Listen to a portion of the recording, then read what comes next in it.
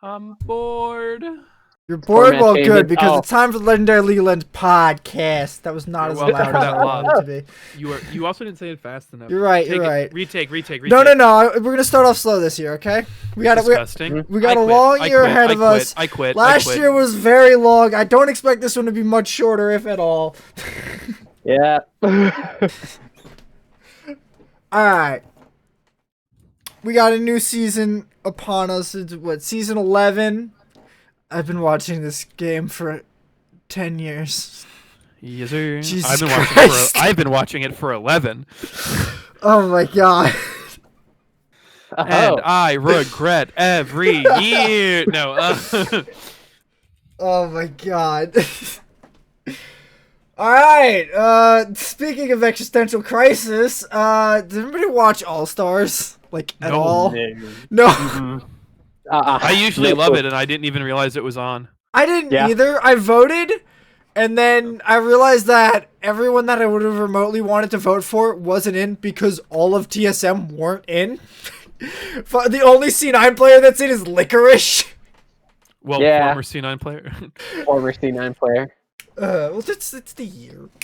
But like, oh my god, I can't like.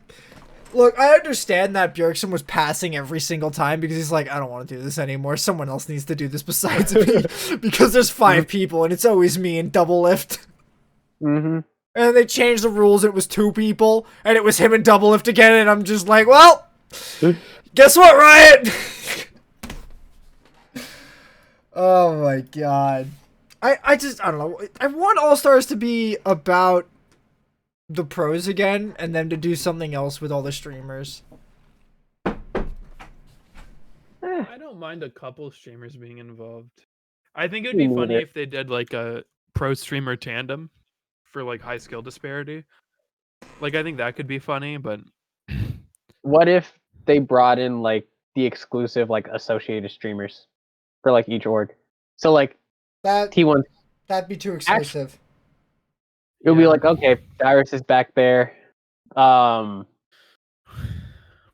mean, I don't know. I think like they said be too exclusive, and also there are a lot of non-affiliated popular streamers, right? But like, or like people who are affiliated with groups that aren't in the LCS. Yeah. Like, or in league at all. Yeah. Especially since LCK is now franchised, like. And also then like if it's SKT T1 Tyler 1, then like why would the SKT streamer be going to NA? Like you would have to play for the Korean All-Star team. That would be hilarious. I would love seeing T1 playing. Yeah, Faker's gonna learn what it's like when his enemy mid laner has 10 kills at 10 minutes. No, this is why we need him on the NA side. That way he can duel Faker and be like, "You have no mana." No. That's funny as fuck. No, him and Faker are best buds. They got to be on the Korean squad together.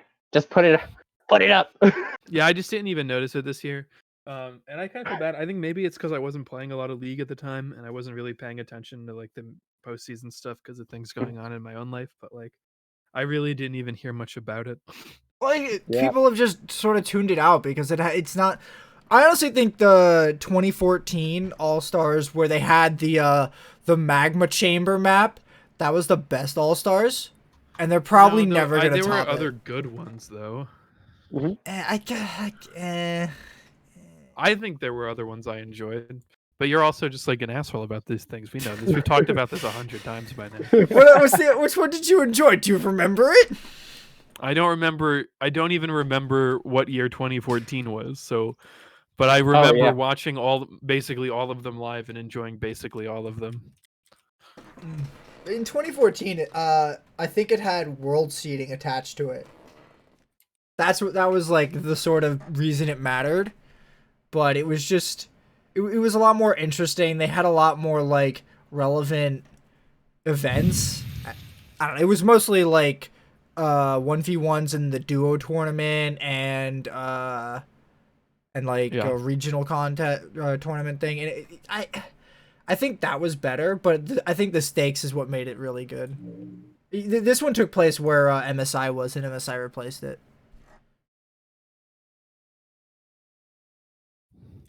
All right. Okay. Speaking of replacing events with other events, format changes for the LCS have come up. So, Oh man. Spring Split is dead. It does not matter anymore, but now it matters more than ever. Elaborate. All right, so the way that the season's broken up is it starts off with a lock-in tournament where the first two teams get to choose teams that go into the other side of a single round robin, which is 2 groups. So, let's see. Hang on. So we had TSM and FlyQuest choosing this year. Let's see. Who did we get? Does this one have the graphic? This one doesn't have the graphic. Someone give me the goddamn graphic. Here it is.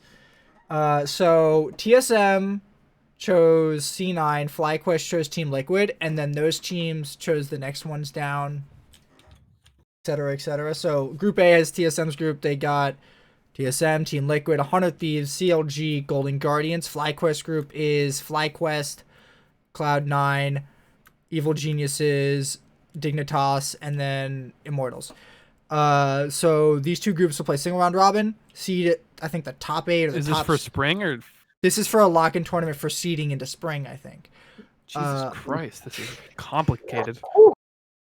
It's not that complicated. But there's a lot of extra steps. Comparatively, yes. So I think it's top 8 or top 6. I don't know. They play into a final tournament where they play out. I don't know if it's double elimination or not. It's a $150,000 prize pool plus, or that's first place. $150,000 to first place plus $50,000 to a charity. And then what? And then we move on to Spring Split, which is like 6 weeks of 15 games a week, Friday, Saturday, Sunday. Then another playoff tournament for MSI. Then after that, you go to continue holding the record from spring into summer until August 1st, where everybody has 45 games per team. Oh my god. They played more games before. Or wait, did they? I know. I'm just like, this is such a long explanation. didn't. I was They hoping played it would less take like games. 6 minutes. Yeah. And Or then they 6 play. seconds, rather. Then they changed play a lot. a tournament at the end, like which I think is the same exact tournament they played last year for summer. And then the top 3 go to Worlds. So that's the new LCS format. Travis Gossett has a really short, succinct video on it. That's really easy. Why did they do this? asked for Because Spring Split, because everybody, because Spring Split didn't matter. It all started with double lift. And now he retired and they fixed it. Yeah. Out of spite, bro. Out of spite.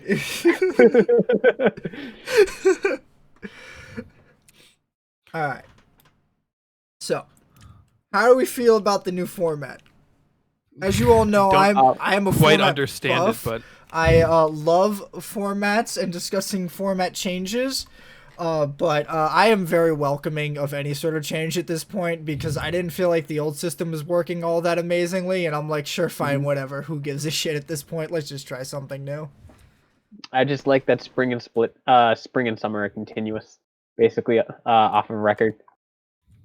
I just don't feel like it's gonna change anything, and it's gonna make whoever's bottom 2 feel real fucking awful when summer comes around. I feel like it's... What if they let the bottom teams pick the brackets? What do you mean? Like, because they pick the brackets at the beginning tournament, right? For seeding or whatever. Well, no, they pick groups. Tournament.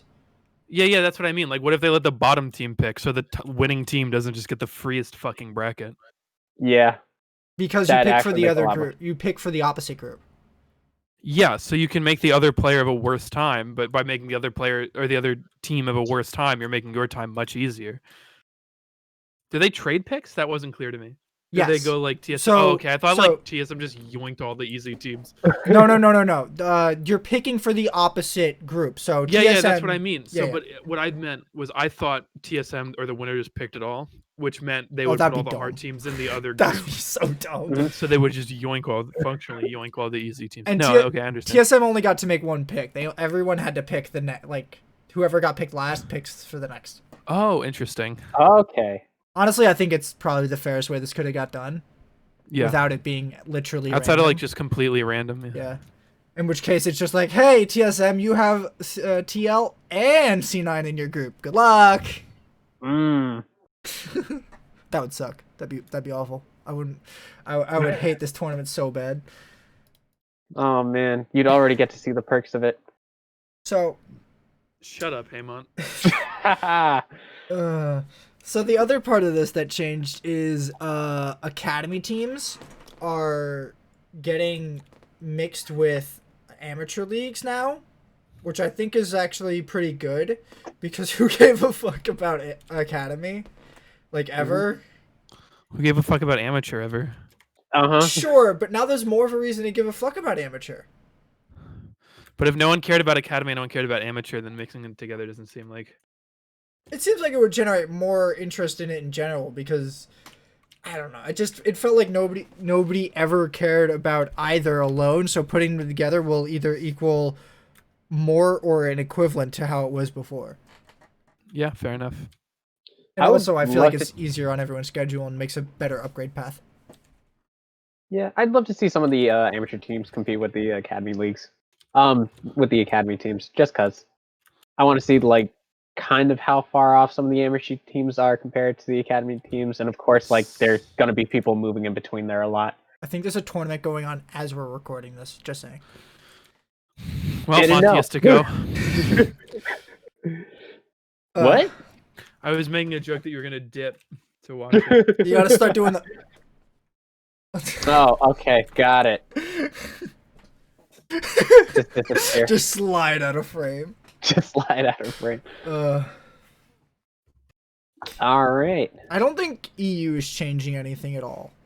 And EU had a pretty similar structure to NA, just different like tournament style, I think. So it'll kind of be interesting to look at them both happening at the same time. And I'm wondering if EU is just going to switch to doing the same thing as NA next year. The only thing that I know is that Rogue changed their logo so that now the Ninja has a mask. Yeah, that was all that I know about EU right now. But do you think EU is going to switch to this format next year? Probably not. I think it depends upon how successful it is in NA. Yes, I agree with that. If it ends up for whatever I know why they won't. Badly. They won't because it takes 3 days. And they can't do Sundays because there's a whole thing about paying 17-year-olds to work, and it's weird. They could put it Thursday, Friday, Saturday. Yeah, but you want to watch LEC on they already complained that they are on Friday. Yeah, fair enough. Yeah. Like, I don't understand why they complain that they're on Friday of all days, but they do it. And now NA gets Friday, Saturday, and Sunday. Fortunately, I'm off this Friday, so I can see the first day. Yay. I think they start at 6 o'clock our time and 4 p.m. on Saturday, Sunday. Okay. Yeah, I'm looking forward to seeing how this new format shakes out. I think it'll always be interesting. I think some of the teams will get very exhausted by the end of it, but that might prove to be better for some of the more up-and-coming talent on those teams. But I think any of the teams who has like greater success and has to play in the mid-season showdown, of course, are going to get worn out. But that happened during the mid-season invitational too. Yeah, I don't feel like that's gonna. I don't think burnout's gonna change for players. I mean like motivational, aspirational motivation for these players, because it's like, well, I've been 8th place for 10 weeks now. It's not looking good. All right. But if it turns out, can you say that again, Anthony? I didn't understand what you said. That they've because I wasn't listening. They've been sitting at the bottom of the pack forever, and it's like 6 weeks left, and they're screwed because they're back by 6 games. But if somehow Spring Split turns out that there's like a giant soup at the bottom, it gets more interesting coming into summer. When does that ever happen? I mean, it happens sometimes, but I feel like most of the time they're just like a couple clear favorites, even if they're not who people expect the favorites to be. But I think like right at the beginning is when the soup normally happens because it's just like, oh, okay, yeah, but everyone's that's not trying what to figure out matters, what right? Like matters. it matters at the end. Like if it's a soup at the very end, then it's like a big deal. I can hear Mark Z just frothing about in the background of my mind, being like, "Stop calling it soup." He's so mad. All right. Oh. Let's move on to talking about the Great Exodus, as I have entitled it. We had a lot of big players retire in 2020. We had Uzi, we had Doublelift, we had Bjergsen, we had Crown, and we had Flame, all retiring from professional play. Now, out of these 5 players, which one do you think is most likely to come back? Most likely to come Flame, back. no. D-Lift. Doublelift? D-Lift. Mm-hmm. I think he's gonna probably show up again. He's done it before. That's deep. Yeah, that's why I think he's not going to do it again. That's why you think he's not gonna do it again? I don't think anybody's gonna pick him up if he comes back. Look at Sneaky. Where's Sneaky? That is a fair point. Oh yeah, no one picked up Sneaky, huh? That's surprising. Yeah, that's a little surprising. Nah, yeah. There was a rumor he was gonna go to Dignitas, but then because there are, let's be real, ADCs in the league who are still probably worse than Sneaky. So like, are there? Who's he gonna replace? Yeah. Stixay. Someone on one of the bottom teams, probably. So Stixay. All right. But okay. I think the most likely the only bad AD carry, and that is that what you're saying? He's the only bad AD, or the only like ADC in the league who's, I don't know. I think the player who's most likely to come back is Uzi, because the reasons why he quit weren't because he was getting too old for this shit, or he was like kind of done with it all, or because he felt like he made enough money. I think it's Uzi because he just, it's health. He wants to get his health in order, and that's why he's taking this rest. Yeah, I think that's actually a good point with the health thing. He'd probably come back if he gets healthier. Though I don't see how he keeps healthy if he comes back and wants to stay at the same level, to be honest. Yeah. Who knows? Though I'm still betting on the Bjergsen coming in mid-split to save TSM's ass. For one game or permanently? Permanently, dude. Does it count if they come back for one game? No. Not as a he's just gonna shove PoE out of the way. Get out of here, you second-rate mid laner. Put me in, coach, but you are the coach, yes. Yes. Alright, Me, put me in. I have ascended to Godhood. And then the jungler can't bitch when he asks for too many wards mid, because that's the coach. You're gonna get benched, bro. You're gonna get benched if you whine about that, That's bro. what everybody said last flip. Oh no, Sika! His career was looked so bright. So promising. He had such a short. promising career. Oh man. So we didn't actually get to talk about Doublelift retiring. Bjergsen had retired before we did our last show, but I think Doublelift, Crown, and Flame all retired in between our last 2 shows. So let's kind of talk about them. I was not completely surprised that Doublelift retired, especially after Bjergsen retired, but I was surprised that he retired while God damn it, what? Sword Art. Well, when Sword Art joined. Because honestly, if I was Doublelift, I would have been like, if you can get Sword Art, I'll keep playing. If you can't get Sword Art, I'm going to retire. That would have been what I'd done. But I guess he just gave up. He did do that, but then he still gave up anyway.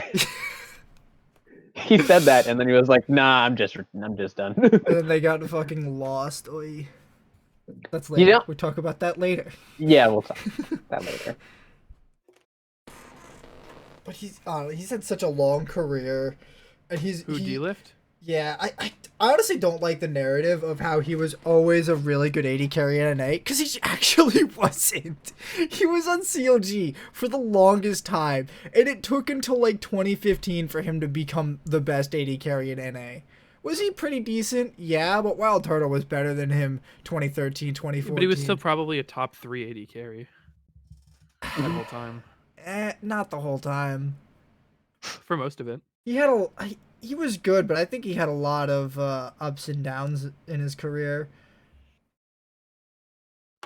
And he played with Aframu for basically the entire time, especially during LCS. Until he joined TSM, he was with Afromu. Yeah, but that was a really good bot lane. Yeah, it was pretty good. I will still swear up and down that the Wild Turtle X special is better. Probably for some seasons at least, guaranteed, but probably Man, most of them, to be honest. Good old days. This is before my time. You don't remember Wild Turtle X special, dude? Oh, He's a youngin', he's just a youngin' trying to make a living, bro. No, I came in on the downturn of Wild Turtle and Lust Boy. what In downturn? 2015. Lust Boy quit before the downturn. Oh, Well, he that's did? what he means, like when Lust Boy quit, I think, or I assume, because Lust Boy never got bad, he just stopped playing. Yeah. I think they won that summer. Sorry. We got to use the correct name. Lust Cena. Did they? I think they won. Do you remember those memes, Anthony? Let's see. Oh yes, I love. Oh, You can't see him, and when he was behind the camera, and they're like, Yeah. "Is that Lust Boy? Can't see me." hang on. Who were they? Did they run Lust Boy in 2015? I think they did run Lust Boy in 2015, but they were pretty good in 2015. It was you were right. They had the summer performance. No. I got it the other way around. They had the great spring performance, and then summer everything went very downhill. Yeah. Okay, moving on. So Yeah, this isn't about that season. double. I want to say he's definitely You cut out super hard. So Doublelift was definitely the best AD carry in NA, like historically at this point. I don't think there's a large argument for that. Sneaky was always better. No. Okay, sure thing, man. I don't know where Sneaky's been for the past No, yeah, 5 it's definitely years, probably but- all time. I don't think there's a large argument for that.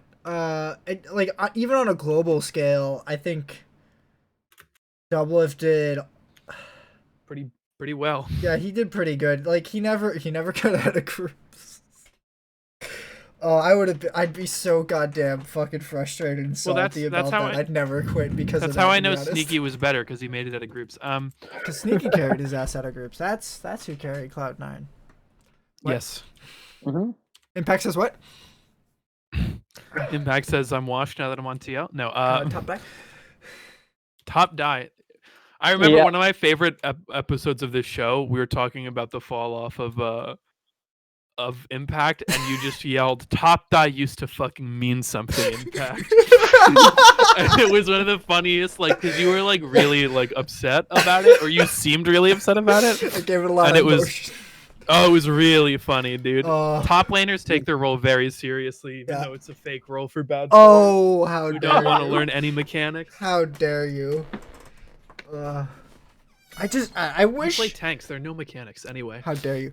I wish that there were more right. players like Doublelift and Bjergsen that could play to that kind of gravitas and caliber in their role. I don't think that you could say that there's a support, a jungler, or a top laner that are like that aren't I think the closest ones are Dyrus, maybe the odd one, but he didn't play in LCS quite that long, and I don't think special. You're just naming all TSM players because you're Still relevant.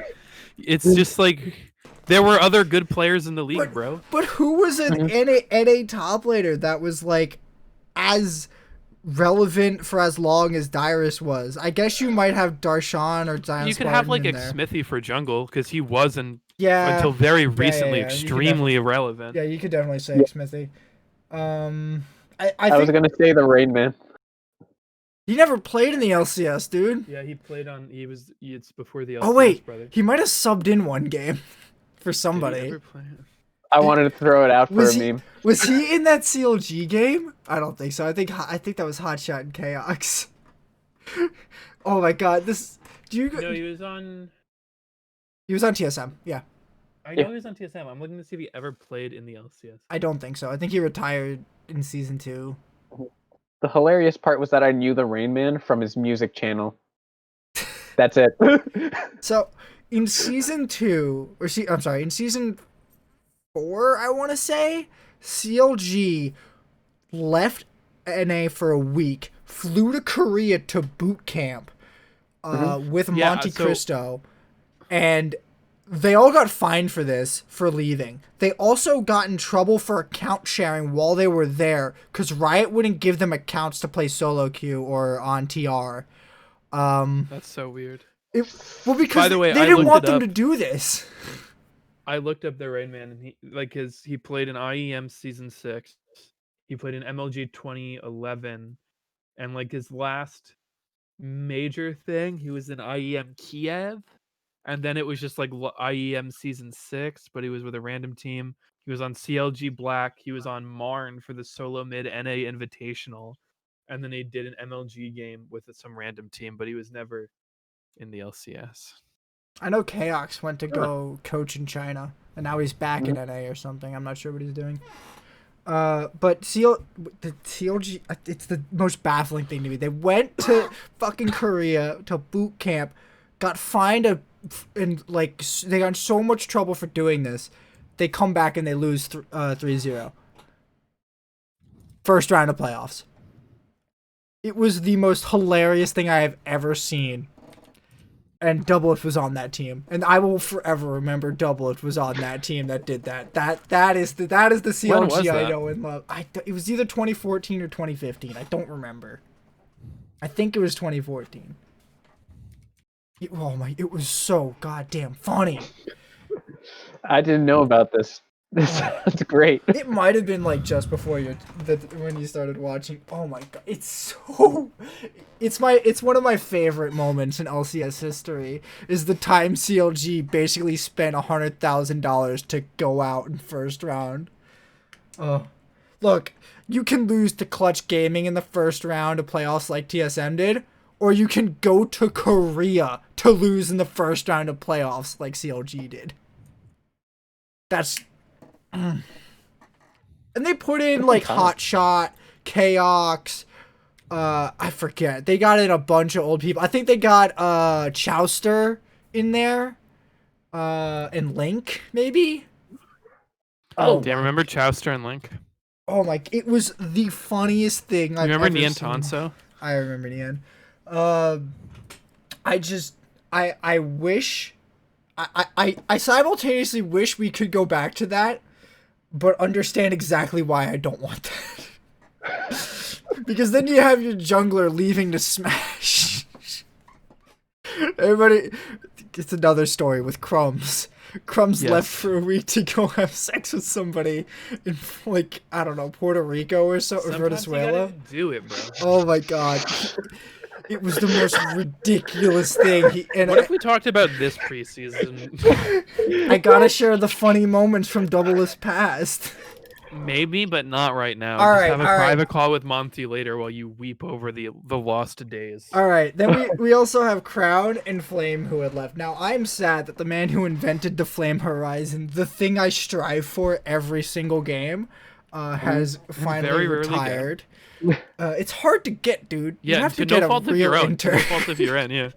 You have to be way better than the other person. It's not even just that. The game has to last long enough for you to accumulate 100 farm lead. If you can get 10 farm lead a minute, it's gonna take you 10 minutes to get that farm lead. So like, it's an insane benchmark to hit, and I want to hit it every game. I never do anymore. It's impossible. Everyone either surrenders or the game fucking blows up and I get my ass eaten out. But boy howdy am I going to remember what Flame Horizon is. In 10 years from now, I'm going to be talking about someone getting Flame Horizon and everyone's going to be like, what the fuck's a Flame Horizon? I'm going to have to be in old man mode explaining what a Flame Horizon is to these youngins. The hilarious part. Or you're just gonna yell, "Get off my lane!" Get off the League of Legends equivalent of "Get off my lawn," because you're toxic. I also, what is it? I didn't know Flame from I think it was Samsung Galaxy he was on. I only knew him from Echo Fox. That's embarrassing, and you should feel bad. I mean, he was on a bunch of teams because Samsung Galaxy didn't exist. Or Samsung White or Samsung Blue. That's okay. He was never on Samsung. Okay, I'm just wrong. He was on Longzhu, and then he went to Immortals. When he was on Immortals, he was pretty good. No lie. Actually, never on Echo Fox. Yeah. He wasn't I on don't know why Echo you Fox said Echo either? Fox. No, he was on FlyQuest for a year. Jeez, what is my memory? Okay. I don't know if they played Yeah, him. I don't know what the fuck I don't know why you're doing that, buddy, but he was you were a little bit tripping. Jesus. Okay. All right. I'm gonna stop talking about him now. So, he was on You remember, Damwon. by the way, in case you were curious, I believe Solo was the top laner of Echo Fox. He was. KFO and I'm not actually. Who Where was was the- Solo at the time? I remember KFO they brought in to be the Echo Fox top laner. Who was the Echo Fox top laner from Korea? That KFO. No, there's more than one. There was another one and began with a C. Looper. Looper was the guy you're thinking of, Matt. Oh, No, I'm I was thinking wrong Solo. again. Solo was on Fox. Somebody said, whoever said Flame was on Echo Fox. Haymant was the only person making a comment. Then you're thinking of Looper, Haymant. I know what teams Flame has been on. Don't associate me with Haymant's lack of League of Legends. I know I play the idiot for this show, but I do remember far more than I care to admit about this fucking game. Okay? So, like, let's get that straight.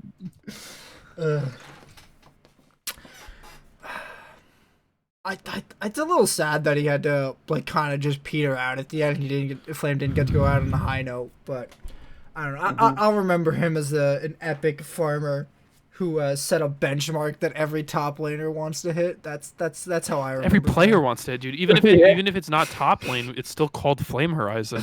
Just don't take these things from me. If this is a top laner, no. The only thing you guys have. Never mind.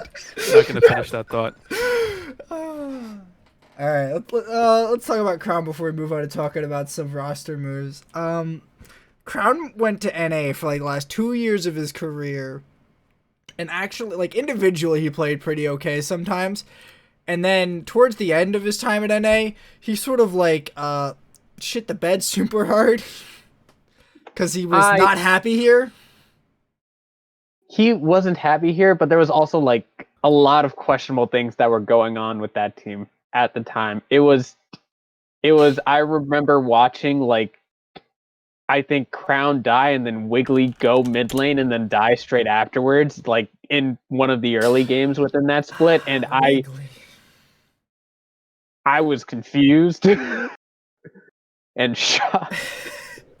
Okay, so Crown has a World Championship title with Samsung Galaxy under his belt, so I can't take that away from him. But Yes, here I could. go. No, yes, I can. You're right, I can, Matt, because the way he won that title was by playing Malzahar 3 times in a row. to be fair, it worked. Yeah. I am not going to say it doesn't work because I have adapted that strategy to my Clash teams. Every mid laner learns Malzahar in my Clash teams. Every single one of them. If you don't know how to play Malzahar, you're no good to me. Isn't that right, Haymont? Don't make him bring remember up the old trauma. days. How do you play mid lane in Clash? That's easy. You play Malzahar and you stand next to the AD carry. When someone dives him, you just press R. That's it. That's how you play Malzahar. And how did he play Malzahar? He stood next to his carry and he pressed R when Faker dove on him. And that's how you If get only rid of Faker. Haymont could have learned the one strategy. Well, that was to build QSS. That was the real problem. I gotta go. I think you do too. I think you do too. I'm not gonna say goodbye. You haven't earned it. No. So yeah, for all those CLG player or fans that were yelling at me about how he was a good player, he was a great addition to the team, and he was going to carry you guys. He was a high mechanical player. The man played Malzahar to win worlds.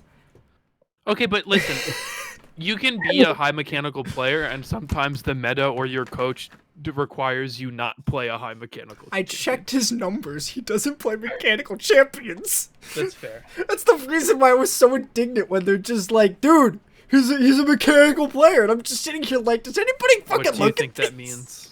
And the answer to that is no. No one. Like he researched. plays They just say- Victor, and I'm just like, I can play Victor, dude.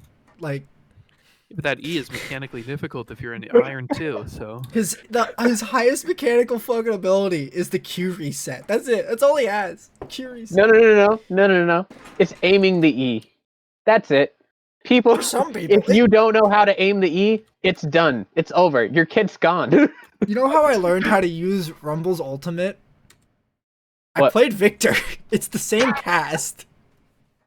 yes. Mm-hmm. That's how I learned how to play Rumble. 'Cause I didn't even know it when I was doing that. I'm just like, fucking Rumble. I can't play this fucking ultimate. I've played fucking Victor. I've been playing for the next 2 or 3 weeks. Didn't even realize they were the same cast. I go back to Rumble like after I'm done playing Victor. I'm like, wait a minute, I can use his ultimate now. I don't need to keep swapping all from I've Quick's never cast. seen you launch a good Rumble ult. But How dare you? it's because I close my eyes when I play League of Legends. There I you play go. it by heart and soul alone. I know. Here's the best part is that I know I have played several Rumble games with Matt because we have played so much of this fucking game together. I don't. It's Yeah, not even a what- question. I know. I'm 100% sure that at some point I have seen your Rumble. I'm also 100% sure I'm not going to back down from my baseless shit talk. Because if I did, it wouldn't be the Matt you knew. What you didn't know was that every time that you dropped a Rumble ult, Matt would actually start singing West Virginia. Mountain Mama, country roads take me home at the top of his lungs and just No, I wouldn't because I didn't need to sing when I couldn't see. I just close my eyes and say, "No vision, So- only dubs." Yeah, he just got lost in the mountains. That's what happened. So to bring our great exits segment of all these retired players to an end, if anybody knows any other retired players you think we should take a look at players who retired last year in 2020, I don't know, leave a comment or something about it and I'll take a look at it. Dyrus, He retired in 2015. 2020. Look, I know 2020 feels like half a fucking decade, Yeah, but that doesn't there mean it that is. it took the place of the last 4 years. Yes, it does. Okay, wait. I gotta interrupt there. There was one time I gave 5 subs to Dyrus because for some reason I was on like a subbing spree. I just couldn't stop You doing always it. are. You Hey, are Mod, always. you gotta stop spending money on Twitch. Buddy, Anthony. We were playing Valorant with our friends, and we met they met a random dude after Mhm. we left, and then like a couple weeks later, he like requests to join our group when we're playing Valorant, and Haymant's like, I can't play, but what's the dude's stream? He's never met the guy, never played with the guy, and he gifts the dude a bunch of subs. The dude's Haymont. like, he's a listen. The guy's a nice guy. I like playing with him. He's not very good at Valorant. He's like actually iron, which is like oof. But like he's a nice dude. He's never toxic. He's always fun to talk to. Haymont logs into his stream, and the dude is not good at streaming because he had went to change something and left up the stream on his Twitch stuff, not on the Valorant game. And Haymont instantly gifts subs. Okay, Haymont, Instantly. I'm gonna tell you something. If I don't make $100 within a billing period for Twitch, I don't get a single penny of that money. So if you keep going around dropping money on tiny streamers like me that don't get any fucking viewers and don't make $100 in Twitch cash, he doesn't get money. I don't get any of that. So don't do that. If you want to give if the it's streamer Dyrus, money, like, fine. Yeah, go give it to Dyrus. It's whatever. Just turn off ad block if you want to give him money. No. Just donate with the donate button. That's so much more direct of a way to help people who don't actually make $100 in a billing period. Okay, fair enough. This is educational for Haymont. The real education should be stop giving your money away to people you don't know and probably won't ever watch again. Back to Dyrus because that was the main story. Sorry, I just had to shit talk you. Get back in the grind, you know. One time he randomly came on and I was like, oh, it's Dyrus, like one of my favorite top laners. And I gave him 5 gifted subs and the notification went off and Dyrus was like, who the fuck is spending money on me now? I love it. That's so I funny. love Dyrus. Dyrus is so relatable. I was like, what? I thought I was being nice. See, Dyrus is my attitude. It's just like, why are you giving me your money? He was grinding Genshin Impact and he was just like, I just came to grind. I just came here to play a gacha game that takes my money, so I guess I'll give it yours. Alright. Let's move on, talk about some roster moves. How long have we been going for? We're 40 minutes into this. We're already. going way too slowly. Is the I answer? mean, I knew this wasn't going to be an hour show. If you came into this episode expecting it to be 1 hour, you were. Oh boy. I was hoping. No. All right, so let's start off with some EU news. The biggest move is around the Fnatic G2 C9 move. Obviously. You mean Fnatic's intentional feeding of their roster? What were they going to do? Fnatic's intentional feeding of their right. I'm just taking your joke, Anthony. Don't logic your own joke. I don't. Oh, okay. Are you okay? That was a long pause, dude. That was like 20 seconds. Are you good?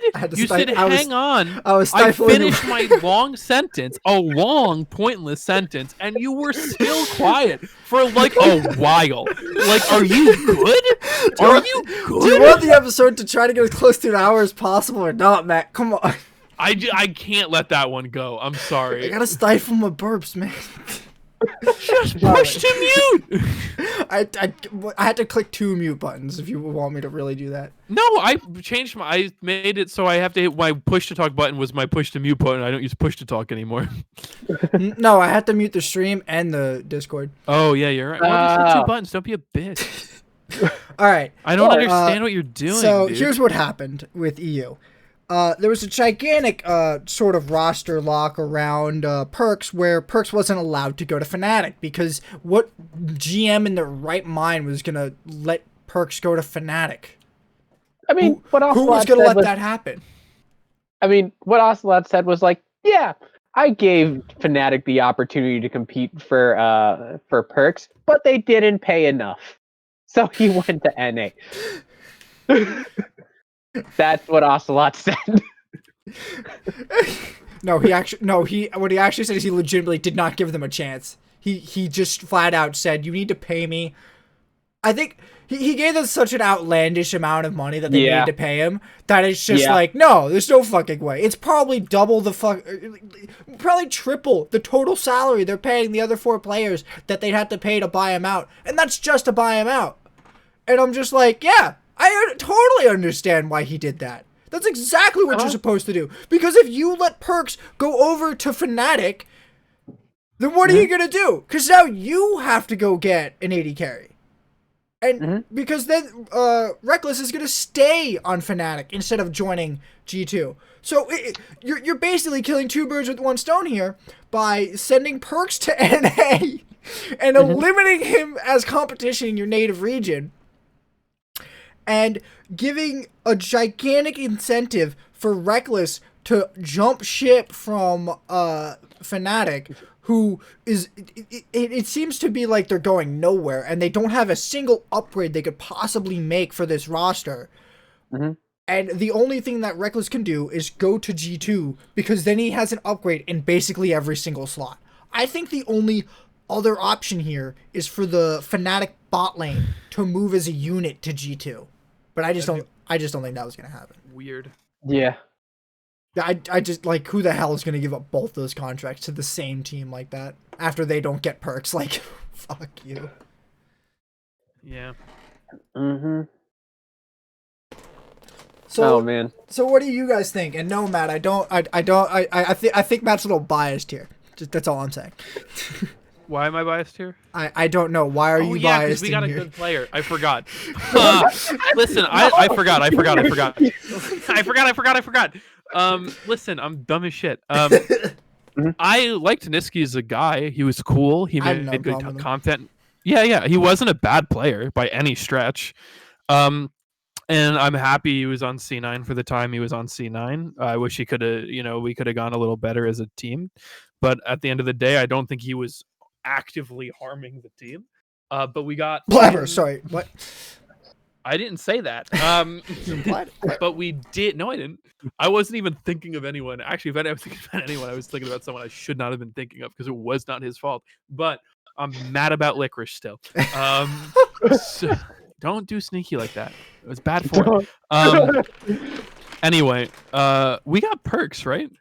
Yeah, you guys got Perks. Okay, I wanted to make sure I didn't misremember, but yeah, that's sick. He's pretty decent. Like, if we're being real. Nemesis. At the end of the day, Perks is bare minimum an above average player. And that's the very barest minimum. He's actually fucking great. And I'm pretty happy to get it. So the downside is that like if he fucking comes and he just blows. That's I can't. I'm waiting for it. All right, Haymant, but you go, and then I have my favorite part about this trade. I'm gonna bring up. Wait, I was gonna say one more thing, which was I'm a little scared of like C9 starting G2 strats now. But also, if it works, then fuck it. I don't give a fuck as long as we get the dub. As long as we get the dub, I'm in. It's gonna be great. Blabber's gonna cosplay as Yankos. All right, Haymant, very mad whenever he's forced to play Sejuani. Haymant, how you feeling about this with Fnatic and G2? Because we're gonna talk about Cloud9 later. Oh, that was just spicy as fuck. That's all I'm saying about it. It was a fun 2 weeks in the off season watching this trade go through. That's all I'm saying. It was a fun. I read it in one Discord message without having paid any attention beforehand. Oh, it was hilarious. As soon as they announced that he was free. Oh yeah, and afterwards, like Reckless just being like, "Yeah, I'm gonna play with Caps. Bye." It was the most predictable roster move in the history of roster moves. That's all I'm saying. It was to advance a career, yes, but people thought that Reckless might be. Well, actually, there was a comment about him going to Elements before to create a super team. So I don't know. Hey, it could be the same thing, man. You never know. You're keeping the same 4 players from last year might not be the strongest argument. That's all I'm saying. All right. So here's my favorite part about this trade. Is Nemesis has been smack daddying Nizzy in solo queue for weeks. And I have been loving every clip. It has been hilarious to watch the subreddit just upvote every fucking clip of Nemesis destroying Nizzy. From Nizzy's point of view, mind you. It is... Oh, it's so tasty. And it's just... Oh my god. I can't believe how many clips there is of this too. Because not only does one of them have to demolish the other, but they have to meet. And it seems to always go in Nemesis's favor, and I just love it. It's a good time. You know, it's good for Nemesis too. He seemed to really loosen up. Like he became a kind of a streaming personality. It used to be like, oh, you just watch Nemesis do an outplay and he'd be silent the entire time. Now he's having fun with it. It's kind of cool. It's like, oh, this is how I make money now. Gotta liven it up. He's genuinely having fun and also smacking Nizzy while doing it. Honestly, I'd be like getting sadder and sadder every time I kill this fool, and I'm just like, this is what I got replaced by. God fucking damn it! And he couldn't find a team. Honestly, that's the worst part about it. For who? For Nemesis, he couldn't find a team. Oh yeah. It's so weird because it's like he's mechanically skilled, but it doesn't seem like he really fits well with the team. Like at least with like actually Fnatic kind of had a problem with their team environment for quite some time. So I don't really know too much about it. So maybe if Nemesis went to another roster, it might turn out better actually. Did you hear the rumor that Reckless said he would stay if they could get Nizzy? No. I didn't hear that rumor. Okay, well, it's not true from what Bwippo says. Bwippo says that rumor isn't true.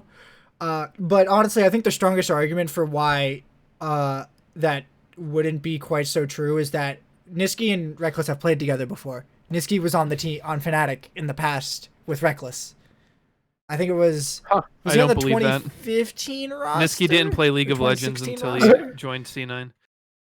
But like, I'm kidding, obviously. But I'm just sitting here like, did everybody just forget that Nizzy was on this team already? Like, the odds were he was gonna go here no matter what happened. Like, Reckless could have stayed or he could have left, and I would have bet you that Nizzy was coming here if Perks went to G2 or to C9. Like, something had to fucking budge here. All right. So the other 2 big changes out of EU is the Yamato Cannon is Fnatic's head coach, and Broken Blade, BB for short, going to Schalke. I don't think there's honestly that much to say about BB going to Schalke. German org for a German player. I think that's just why he unacceptable. How dare they? What are they doing? I'm not gonna finish that joke. Okay. Where was it going? Cut the stream. Cut the stream. Okay, moving on. Good for him. You know, I think it's a Shaka fine has a place pretty to end solid it. roster. Yeah, I mean, with Otawame, was Otawame on that roster? I don't remember. Mm, I was not paying attention to EU at all last year outside of G2. I wish I could remember, but what I do remember is that after they dropped Forgiven, they had a pretty good time. Yeah. So you know, it's a pretty good team to go to. So honestly, I think the most interesting trade out of all of the EU is basically Yamato Cannon as Fnatic's head coach, because he was coaching in Korea for a little while, and I don't want to say he was unsuccessful over there, but it didn't like he. I don't think he made a giant splash when he showed up, but I think You're right. he might be able to do some good with Fnatic. I think this is probably the best that Fnatic could have hoped for given the circumstances. But only time can tell. Coaching is such a it's such like we can't figure it out. We don't know how the coaching normally works or pans out. It's very hard to understand coaching from our perspective in general. Like even in NA, like if you're not the one getting coached by all these different coaches, it's like you can't. You just can't. Even as a player going in, you're not going to be able to figure it out. I will say for Yamato Cannon, like he's put some rosters together that didn't really look like they should work and has had like not like major success, but at least like a good medium success. For example, like before he went to Korea, he was was coaching Splice and they had a good run. I believe Niski was on that roster as well. Kasing was there as a support and he doesn't do anything now. Was he the coach of that Misfits roster? You tell me. The Misfits roster? I the don't one that think he... took SKT to 5 games? I don't think so. No, he I was think not. there was a different coach. Different coach. No. Different coach. But still, like he's had a very, especially when Fnatic still like, I don't know who they've confirmed for their ADC. Niski's going there. He's a very good like basics Freeze, coach. I think Fnatic has. Freeze, H2K. Huh.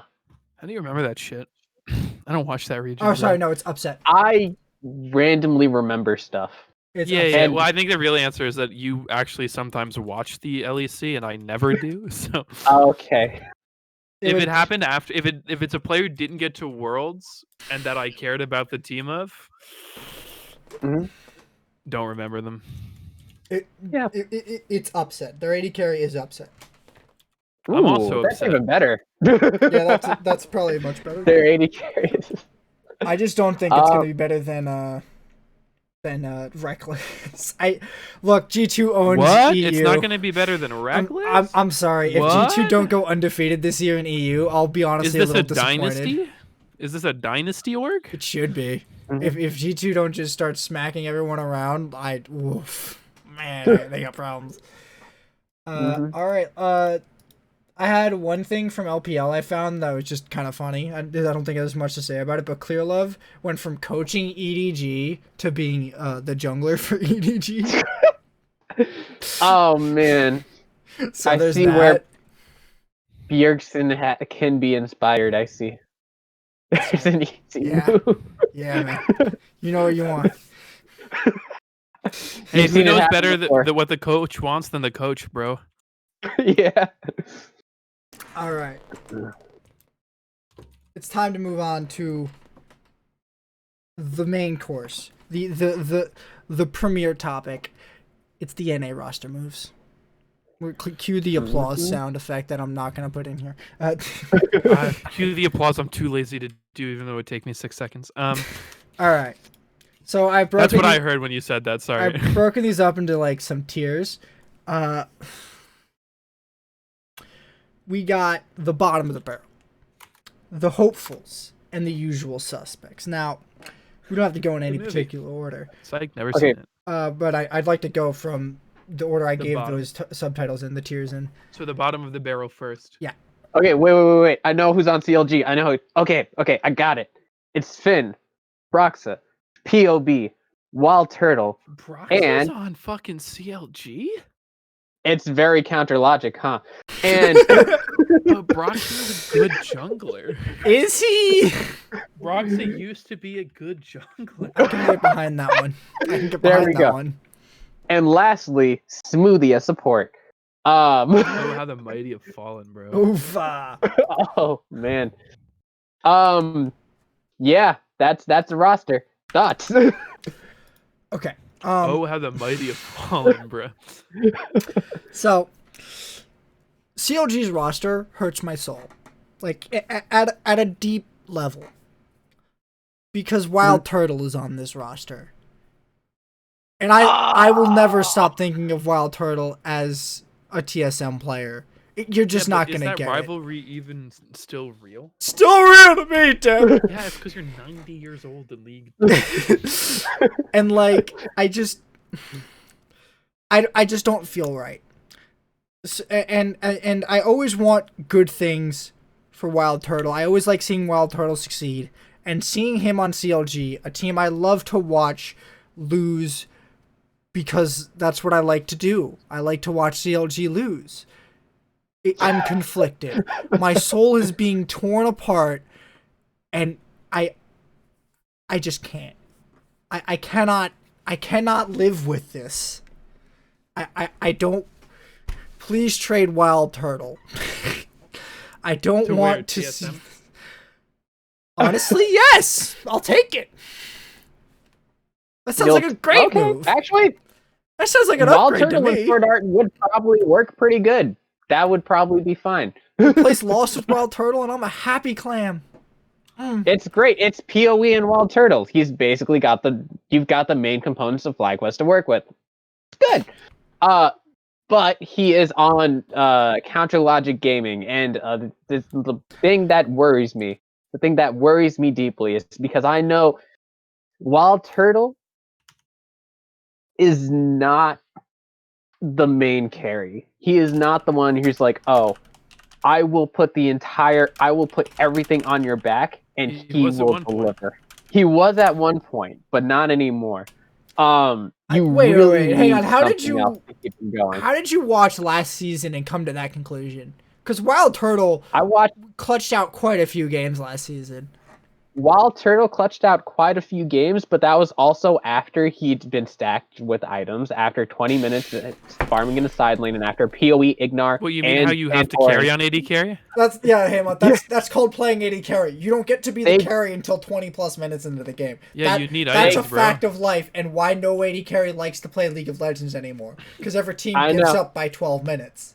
He was there. True, I actually hate it. He was there as the backup carry on that team. That's not what a backup carry is. Because, oh man. He's, like I said, he's not the one where it's like, okay, he's winding up against like 1v4. Or, well, actually, there was... He's playing AD carry! You're describing playing AD carry. That's the AD carry's job. You're not supposed to always go ham all the time in every lane. You're supposed to gouge out your advantage as hard as you can to hit your online time like 4 items, first, 3 items, so that you can be more useful than the enemy AD carry. What I'm trying to say is that if PoE did not succeed, he would not be able to carry. If there was a game where PoE and Santorin for some reason went to shit, he would not be able to carry. I'm saying that completely seriously. I disagree. I would say if Santorin was still performing, but like PoE was just not, it wouldn't be able to happen. The progression that FlyQuest went through the entire year was like, okay, we had Wadid, he wasn't the support that we really wanted. We had Viper in the top lane, which Santorin couldn't play around because Viper wasn't doing well. PoE was basically trying to just farm and maintain his lead and be a carry, which was how they found their success at the beginning of their year. Then they traded out Viper. They brought in Solo near the last half of that split. Halfway through the spring split, they traded out Wadid. They brought in Ignar, who was able to play and just roam all over the map and work with Santorin.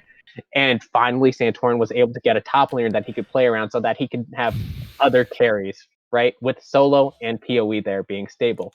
Wild Turtle was not that formula where you would be like, oh, okay, if something went wrong in the top lane or something went wrong in the mid lane, he would be able to pull something out.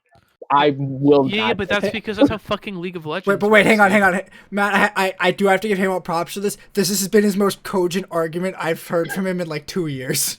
Fair enough, but listen, Haymant, that's just how that's honest to God, just how Yeah. League works most of the time, because like we were saying earlier, AD carries have such a late like online phase Mhm. that if you're top jungle and mid int, even if you're like unless you're literally the best AD carry in the entire world and you're better than every other pro player by a mile, you're probably not solo carrying, right? Because it's really rare there's a player who can hard solo carry, and it makes it even harder when your teammate is dying very early and and feeding the enemy assassin. Whereas you need like legitimately 20 to 30 minutes before you're a threat, right? Because in the games where top and mid and jungle are inting, those are games wherein you don't get 20 or 30 minutes to free farm or to slow push or to do what you need to snowball your lead as an AD carry. So like, yeah, of course he wasn't the hard carry in those games, but that's because basically no AD carry could be unless the enemy team hella chuck, and then you get a bunch of kills, right? And even then it's still hard. Obviously, he needed PoE or Viper or Santorin or anyone else to be doing something, but that's because that's just how Pro League works, right? It's not solo queue. It's really, really rare where you're going to have one player who's just so much better than everyone else in the lobby that they can take a small lead and win the game off it by themselves, right? So I don't think that that's like great. Like I don't think that's a knockdown argument, basically. So, well, here's the other thing, Haymant, is like, look at the best player in the world who has never won Worlds, Uzi. He's an AD carry. And I honestly think he has solo carried many, many games by himself as an AD carry. And, like, it's still impossible to fucking win Worlds by yourself. It just doesn't happen. And as the years go on, it's less and less likely for a single player to hard carry their team to win game after game. Like, it's sort of like saying the reason why Bjergsen's stats have ever been poor one season is because he's playing with a bad jungler, or his bot lane isn't able to play to play weak side, so they have to do something else, and now Bjergsen has to readapt to that, and now his stats are suffering for it. You need to look at it as a holistic thing, and like what was working for FlyQuest was they would use Santorin PoE to control early to mid game, use Solo as a rock, and then they use Wild Turtle as late game insurance or a mid game carry threat, depending on how the game went. Or what champion he picked. Yeah. But that doesn't mean he's not like solo carryable, because in those games where he was the mid game carry, potentially the late game insurance, like that's how you be a carry as in that game, is by being the late game insurance well. And like he was really good at it. Yes, but the problem is that on this roster that we're looking at, I'm not sure if Well, but listen, they might use him differently, right? Like FlyQuest was using him like this is pro play, bro. It's not solo queue. Like the AD carry's role isn't the same every single game. The AD carry's role is what the coaching staff and players sort of generally decide fits the team composition. So the way FlyQuest used him was a very specific way. That doesn't mean it's the way that TSM used to use him, and it doesn't mean it's the way that he's going to be used by CLG per se, right? Like this is a position that can be played a lot of different ways at a very high level, depending upon things like meta and player team composition, things like that. So like, yeah, he wasn't ever put on Jinx like he was in like, or Caitlyn like he was on season 3 or 4, and they were like, go get a fucking pentakill and win the game. He was put on Caitlyn a lot. Hang on. Yeah. Oh, but you know what I mean. It wasn't like go get a penta and win the game, Caitlyn, because the meta is different and the players are different, right? If you see a penta on Caitlyn in 2021, oh boy. Yeah, so like I understand what you're saying, but like you have to remember that just because it's how it went on FlyQuest doesn't mean it's how CLG is going to use him, and it doesn't mean he's not capable of playing the role other ways. It just means that the CLG or the FlyQuest coaching staff had decided that there was a certain way of using Wild Turtle that was working very, very well, and that they should continue to do it. So Haymant, tell me if this sounds like a good facsimile of your argument. CLG is a team of 4 role players and Finn. Is that about what you're trying to get at? Yeah. Because I would agree with that. That you do have you can 4 do role really players. good with role players. Well, kind of. But when you have only role players and you don't have 1 or 2 superstars to really like crunch out or crunch, like they need to have something to Hulk out with. Like they need to have a reason or a fulcrum to navigate your game around. When you have everybody being able to compete middle of the pack for their role, you can make some good teams and like get somewhere, but that requires you to play very fundamentals League of Legends, and sometimes that's not enough to win. Like it's kind of how SKT wins a lot of the time, and that's not to say Faker's a role player, but Faker's basically the best mid lane role player in the game. Like he can just do whatever the fuck his team wants, and he does that, and he does it the best out of basically any other mid laner. I mean, I don't know if they're gonna win with this roster, but I and like don't think obviously so. this is a different sport. But like the San Antonio Spurs had a lot of stars for a long time, and then there was a long time where they still got to the playoffs every single year with a team that was functionally just a bunch of role players. There wasn't like a solid star or like high caliber star. There were players who were middle or like top middle or like maybe even above average, but like they were functionally for a while just a bunch of role players, but because their fundamentals and coaching were so good, they still just ended up in the playoffs every single year, right? So And like I think in a lot of sports, including esports, that is very possible. Whether or not it will happen with this coaching staff and this roster, I don't want to commit to saying it will, but I don't think it's like a guaranteed, like just because it's role players, it's bad. Their head right? coach is Moon. And if you're thinking, wait, is it that Moon? It's that Moon. The guy who played on TIP. I think I watched that dude live at MSG. Playing fucking Evelyn. Oh my god. Oh. Steve Kerr won the Bulls like a championship ring with like 4 specific shots, and he's a role player. Like, fuck it, man. You can be a role player and win games, bro. Mm-hmm. Well, that was my argument for CLG. I do hope they do well, but I'm very worried. Oh, I'm very worried for this team. I think this team. Oh, me too. I don't think they're going to win. Finish. I'm just saying that you can't say just because they're role players they're going to be bad. I think you could say because of the like organization they are going to be bad. Mm-hmm. I think this team can finish top like in the top 5, in the top half.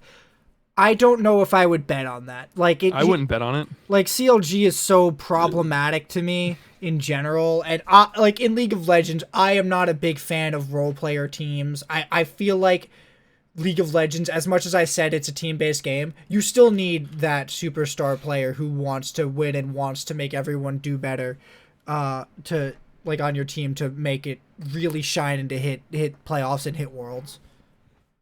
Okay. The only 2 other things that like really changed on this team is Finn and Broxa. I guess Broxa's better than Wiggly. I'd probably say yes to that. I'm not, and I think Finn must be better than Ruin because Ruin was not playing that well last split. So yeah, I'm like, I guess these are all upgrades in general. I still feel like support's a gigantic blind spot, and Pobelter's not that strong of a mid laner. He doesn't have a lot of like, I don't know. We know he's a known quantity. We know where his ceiling is. His ceiling isn't above top 3 in the region. So I feel like their ceiling is super low. That's like my number 1 problem. Also, I was very mad at Smoothie last split. At who? Why were you mad at Smoothie? Because I would watch this man throw a Nautilus hook at a wall. And are you saying you think you're a better Nautilus than? And I just couldn't comprehend it. Haymant, please say those words. Monty, right now, say it right now. If you mean it, if this is what you're trying to say, just say it, that you are a better Nautilus than Smoothie. Say it. Say it. Is that what you're trying to say? Cap? I'm not going to cap and say I'm better at Nautilus than Smoothie. Oh. But there was a lot of... I will not... But you're going to say there are plays you could have played better in the LCS's Nautilus than Smoothie did. I'm saying that there were situations that he got into, which I just couldn't comprehend. Because you thought you could do better?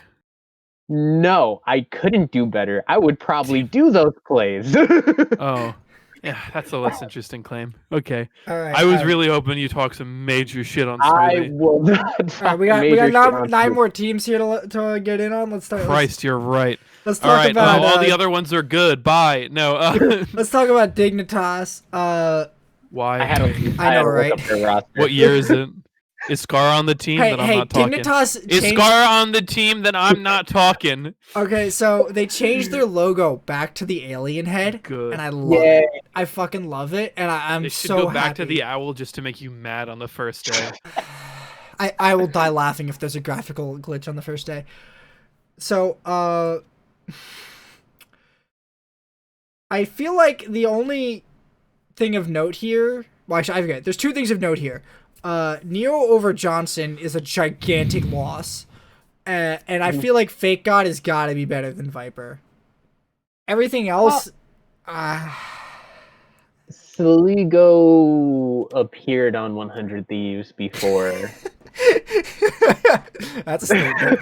What did he say? He said Sligo appeared on 100 Thieves before. I remember Sligo being pretty okay. I don't know if he's better than Phoenix, but I hope he doesn't need someone next to him to say Ward. Well, if anybody remembers that. As long as he doesn't TF ult into 2 people, I think we're good. Maybe. I don't remember know. that play now. Thank you. You're welcome. I didn't want to remember that play. you never want to remember the plays. Let's keep going. Yeah, I got no hope for these guys. I think this is a bottom 3-ish team, something like that. All right. I'm gonna say bottom 10.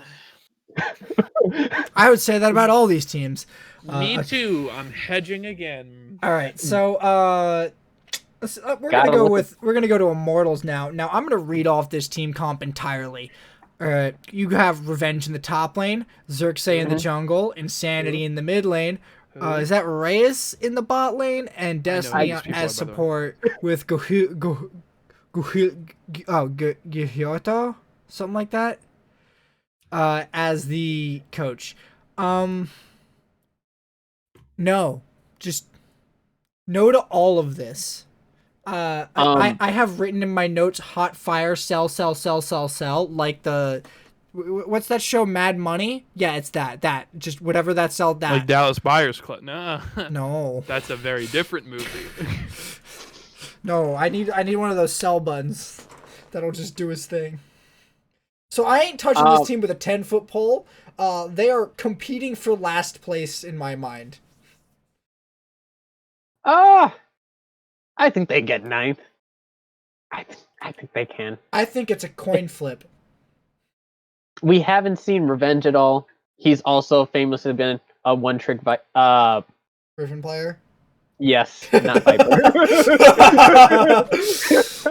Every fucking top lane is a one-trick Riven player. Why? Because that's how you climb, is by playing Riven and learning how to auto-cancel. It's good. It's annoying and good, and I hate it. Okay. I want you to know, Vipers went back to solo queue, and he does amazingly there. Just not an LCS. It's almost like they're completely different environments. Requirements. We have one more team in what did I call this? The bottom of the barrel, and that is Golden Guardians. If you want to call this a team. Yeah, they actually got a roster together, surprisingly. So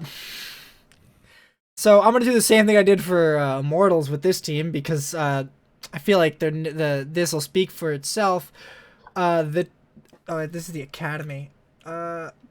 It's I believe top lane's Niles, jungle Iconic, mid Ablaze Olive, bot lane Stixate, and support Newbie. Is it bad that I think Newbie might be the best player on this team? You think Ablaze Olive is that bad? I don't think he's that bad. I just don't think he's better than Newbie. I don't know. I'm a bit biased because I watched I Will Dominate do like in-houses or commentate in-houses, and basically what we found out is that Stixay and Newbie is not greater than FBI and Huhi? Oh, Core JJ. Oh, then Yeah, just Core Core JJ is JJ. fucking crazy. He has an Yeah, that's not 85% fair. win rate in the in-houses. He broke the MMR for the in-houses. Yeah, but Yeah. Core JJ is also like an exceptional player. Core Like, JJ is a madman, and I love that man. It doesn't matter who you put on his team, he will carry. That's On what we found out.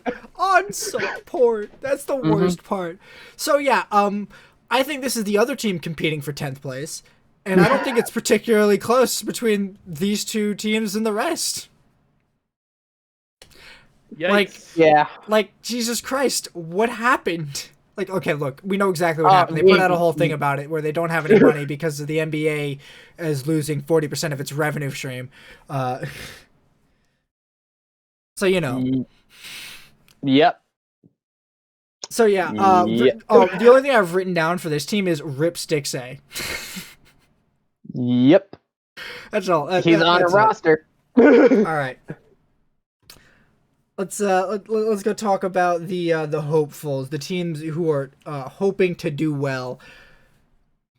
Well, presumably all teams are hoping to do well. Yeah. If you're on Immortals or Golden Guardians, stop hoping. Stop All hoping. Right. Just get the paycheck. Don't come to work. Oh no. Okay. A no-show League of Legends job. All right, we got 100 Thieves. So a sort of special thing happened with 100 Thieves. They have 4 players from Golden Guardians. Yeah. So Plus someday. yeah, if you thought, hey, what if we just got Someday over to Golden Guardians? Well, guess what? We did it the other way around. Yeah, Golden Guardians over to someday. Now, I am going to be honest. This team looks crazy. It looks like this team is going to be competing to challenge the usual suspects group. And I'm honestly very excited to watch this team go through. Someday, Closer, Demonte, FBI, and Huhi. That's scary. I like that. That looks absolutely terrifying as a team. And I thought Golden Guardians were pretty scary before. FBI, Huhi were like the best bot lane last split. And now they have Someday as their top laner. Jesus. And Closer, who can now work. It probably worked. Well, not to say that Haunter was a bad last split. He was doing his role. But with someone who can just play multiple, play bruisers exceptionally and just play different roles, come on. Closer's going to have a good time. Matt, what you thinking about this move? What do you think about taking 4 players from another team and just dropping them in like what do you think about that? Like, oh my god. I think it's really funny. And I think it's a pretty decent team, to be honest. Yeah, I mean, I agree with you. I think Golden Guardians wasn't bad, and now they're kind of better. So like, Okay. for the rest of you. Wait. There was one thing that I forgot about. Golden Glue is the head coach. Oh, is he the head coach? That's not on the wiki page. I'm not too sure about that. But I feel like Golden Glue has some good potential to be a coach. I feel like if there are any players that I've seen in the LCS that might be good, I feel like he's one of them. Wait, I might be wrong. Do you mean Golden God? Golden God. Golden I know Glue I know he's coaching somebody. Head coach of 100 Thieves Academy. There it is. Golden Glue's a coach now? Yeah. Golden Glue is a coach now. Jesus Christ. Yeah, he's for the Academy team.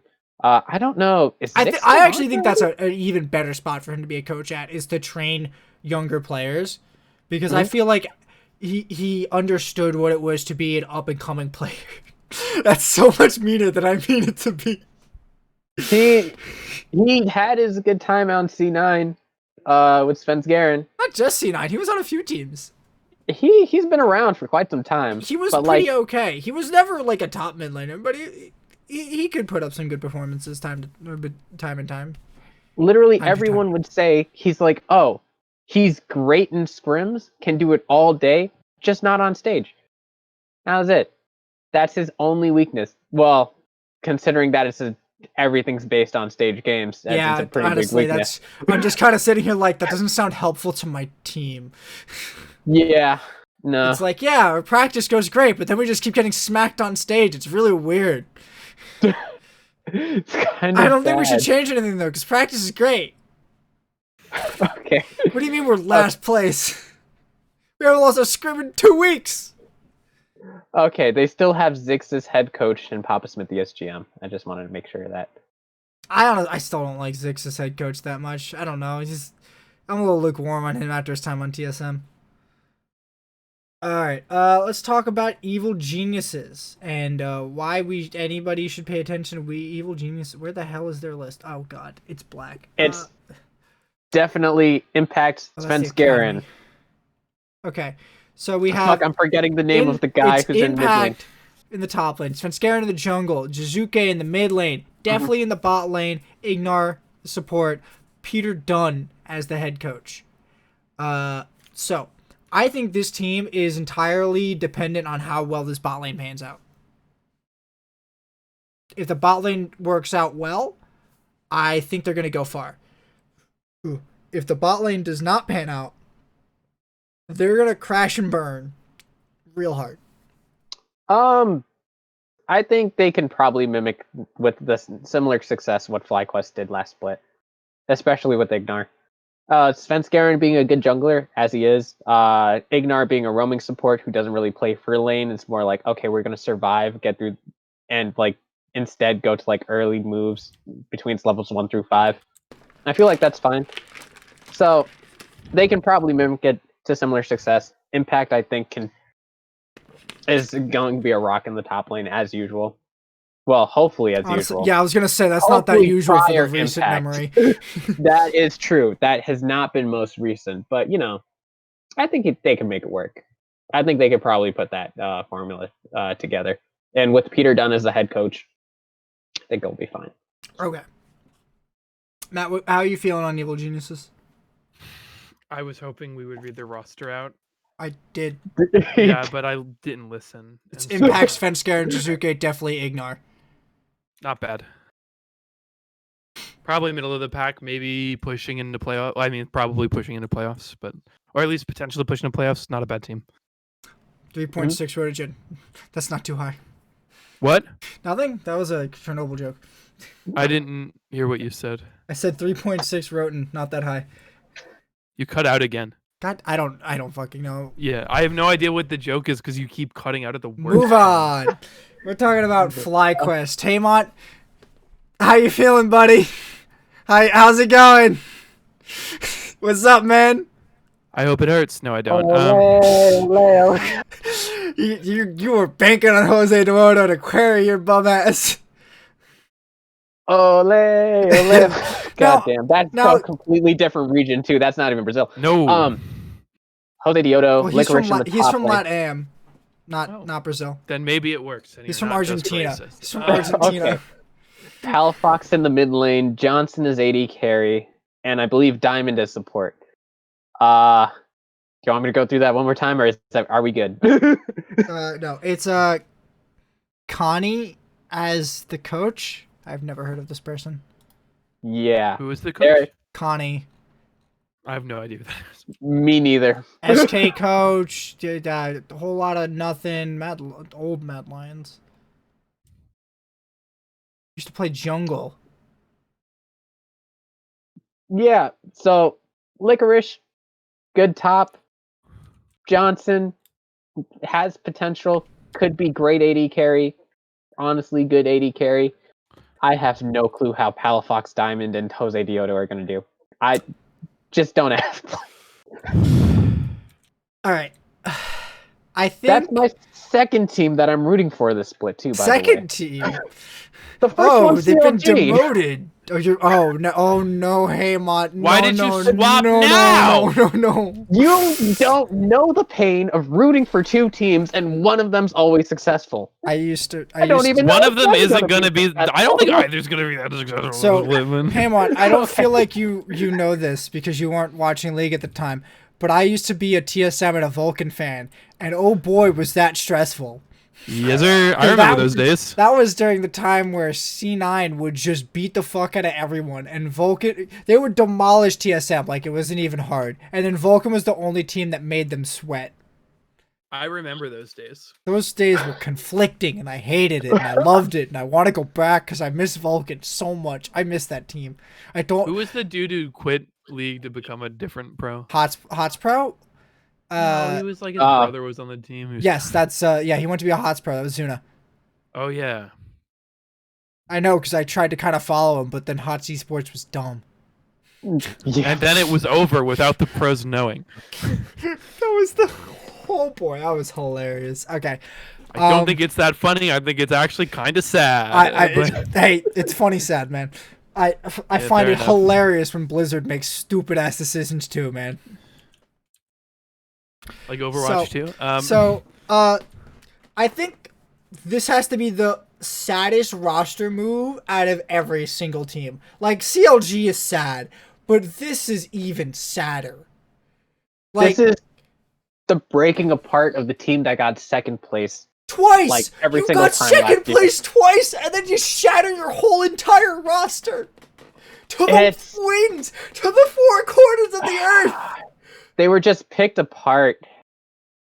It feels so sad. Solo's not even on a team anymore. None of them are on the same team at all. It is so sad. I was like, look, if Doublelift doesn't come back, I want Wild Turtle because we have PoE and I feel like that's a good thing. But I didn't get that.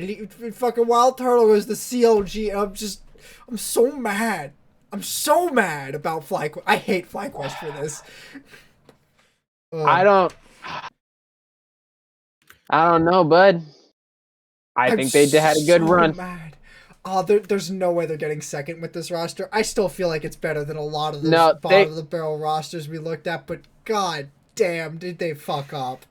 It was the first split, everybody was like, well, we're not really sure if this actually happened. Like, it could have just been a miracle. And the second split, they were like, oh, they're just good, huh? Oh! Yeah, and it's just like, wow, this is actually a good team. Yeah, I'm looking forward to seeing this next split. And they're just like, hold up, wait. I got a big brain move. No, you didn't hear what I said. What I heard was second split. Steve heard and was like, oh shit, they're good, huh? Well, I gotta pay somebody now. Oh my god, I can't. Who finishes second twice and then breaks up your roster like this? This is hilarious. This better not have been a budgeting issue, because if it's a budgeting issue, I can't blame anybody, and that pisses me off more. Man, I don't know. Like, I can't blame Golden Guardians for their roster, but I can be unhappy about it. I want to blame something. I can't blame a budget. Come on. Blame Rona. I can't blame Rona for this. It's a virus. I think the Golden Guardians thing is the related likely to the Rona. I don't think it's unrelated to the Rona, but what am I gonna do? Yell at the virus? Like, come on, it's a waste of my energy. Mean, out of this, 2 of the 5 players went to a better place. 2 of the 5, the other 2 players. Hey, I got PoE out of this. I'm happy. Yo, we gotta pick this shit up, guys. We're going so long. Only 3 teams left after this. It's an hour. We went like over an hour. Yeah, we do this all the time. Yeah, and I'm mad every time. So okay. So TSM, one of the teams that did partake in the feasting of FlyQuest. I've just watched Evangelion, and there's one part where a bunch of these giant mechs eat another mech, and that's all I'm thinking of right now. It's gruesome, it's awful, and oh god. Well, you not only did you take PoE, you also took the coach. Curry's also went to TSM. Wait, TSM has Curry? Holy shit. Yes. Oh wow, this came out so much better than I thought. Yes. Is he Academy? I don't know. Wait, he's probably going to be working with PoE as well. Curry, who was, I believe it was the coach for FlyQuest, or at least the assistant coach for FlyQuest, but most of the time was attributed with their success. Dylan was the head coach. I don't know. FlyQuest. He's currently an assistant coach for TSM. Yeah. Okay. Either way, many of the times when you thought about FlyQuest, you did think about Curry. I think he might have done picks and bans. I think that was his thing. Okay. All right, so he was just an assist. He was assistant coach. That's it. He was just the assistant coach. yeah, but that's technically there are no assistant coaches in the contract database. I was reading his Leaguepedia article. All right. So okay, I am very conflicted about TSM's roster. Also, I didn't tell you about the other parts of it, right? Oh, good. They also on their backup squad, for bot lane they have Cody-san. We're For still in top lane FlyQuest, they right? have Ponster. What? Who are we talking about? This is just. Oh right, TSM got anymore. Hanser for their academy team. And Cody-san. Why isn't Cody-san starting? Fucking I know. But they basically are like, alright, we have 2 players in case shit goes south. We have other things that we can put in. Which is why we should move on to the in case shit goes south part of it. Huni in the top lane has been brought on by TSM. Oh. Speak is still there on jungle. PoE as he's is mid lane. Lost is an 80 carry. And support Sword Art being bought over with the big bucks from over in China. Don't forget head coach Bjergsen, the big brain man himself. Mm-hmm. Oh my god. Every time I look at this roster, I see Huni in the top lane, and I just get depressed thinking about the potential loss we're about to have. Yes. Oh my god. Look, I can handle lost. I get it. That's fine. It's okay. I'll take it. Spica, I'm fine with. I love the dude. He looked pretty good. I think he's got a bright future. Power of Evil, second best mid in the league. Sword Art, world finalist. What am I gonna fucking say about that? But then you say the words Huni top lane, and I'm ready to call on the ball. Weakness. Oh my god. Blaringly seems like it.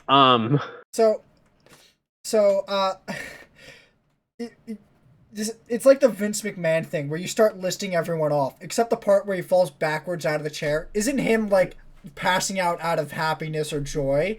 It's him passing out of like disappointment, rage, fear. Yeah. Oh, like, come on. We couldn't get anyone else. We couldn't keep BB. I don't get it. Apparently they had some problems with Broken Blade, but like, I don't know. What? I felt like I don't know. There's some problems with practice where he would just start chucking the game or something. I don't know. Oh, I didn't know about that. I thought it was just because since they brought in PoE and Sword Art, who are you gonna? What's the point of BB being there, right? Is PoE a resident yet? I don't think so. I think he only had FlyQuest for 1 year. How many years? You have to be 3 years to be a resident, right? Technically, you can just get citizenship. And that's not always easy to do. It's not, and it's very hard at the moment. Yeah. Mm-hmm. But so you can't blame him for not having it. I can't, but it also takes like at least a year. No, it's a big thing. I don't. God damn it! Show me when he came over. He was on Optic. It was 2017, December 2017. He's been here for 2 years. Okay. Okay, so that makes him a resident now. Oh wait, this is 3 years. He's been here for 3 years, so this is his 4th year. No, because you need to be a citizen to get residency now. I think. Oh. Well, or at least have started the process or something. I don't. They changed the rules so that you can't just come over and sit on the bench for 4 years and get residency. Because otherwise, it would be a gigantically great idea to just grab Chinese or Korean high challenger players, pop them on your academy squad for 4 years until they're like, I don't know, 21, and then you just put them in for 2 years and do whatever. But who knows? I think the 3-year thing might be the contract limit you're thinking of. All right. So back to TSM and the roster that makes me depressed, yet I still think they're a top 3 team for some reason. I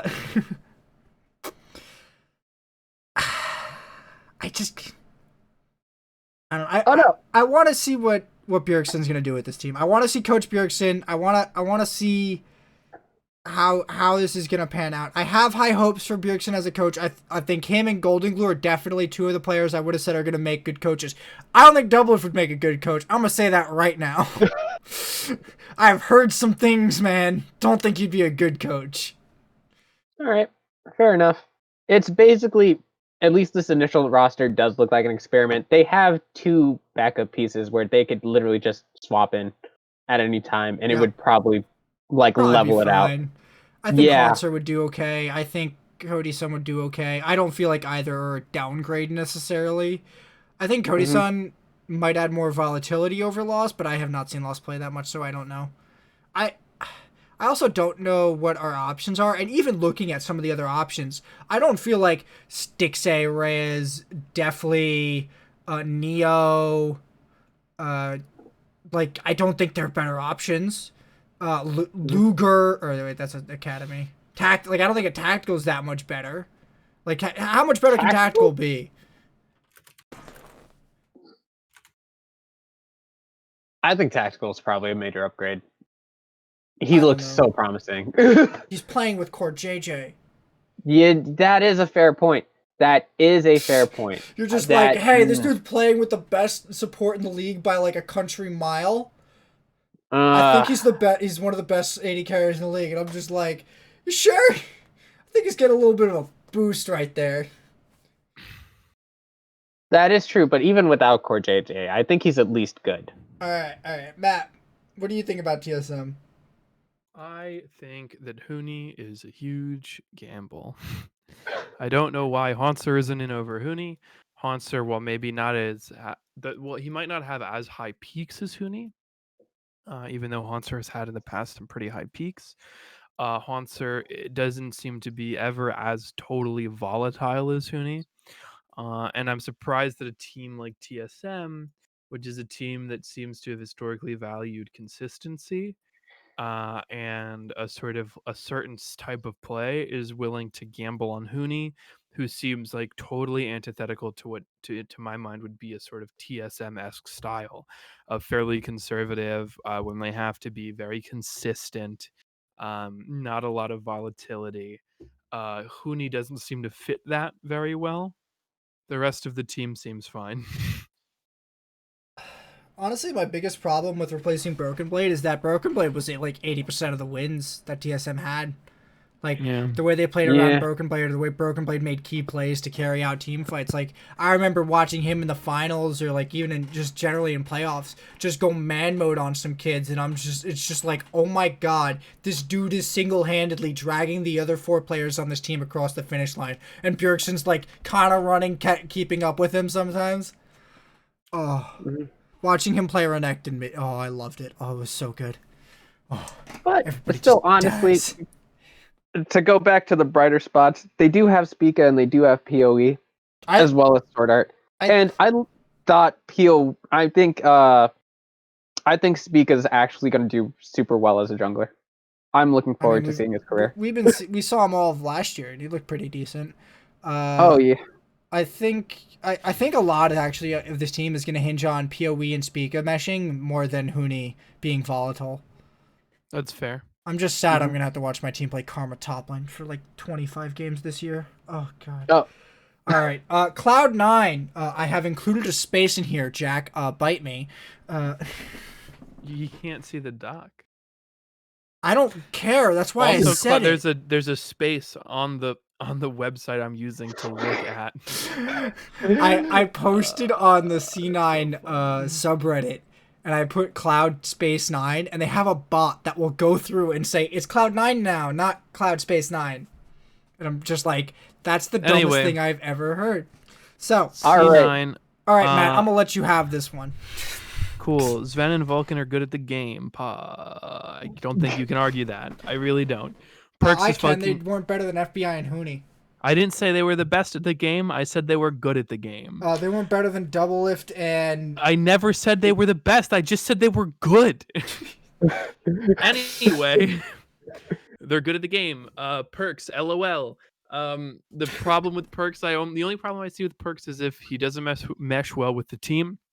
I could see potentially there being a bit of an issue. I hope Blabber and Perks can play well together. I hope Perks can mesh with the team and they can play as a unit. A lot of the issues I think we saw C9 having last split were a lot of issues with team play and a lack of team cohesion. Adding 2 new players doesn't necessarily help that, but it doesn't necessarily hurt it. We'll have to see. So, well, we do remember this is like the biggest fall that any team has ever had. Yeah, you went from absolutely trouncing people who can't win a game against the bottom of the barrel. stand near you at all to being out of your first Worlds. How does it feel to miss your first Worlds, Matt?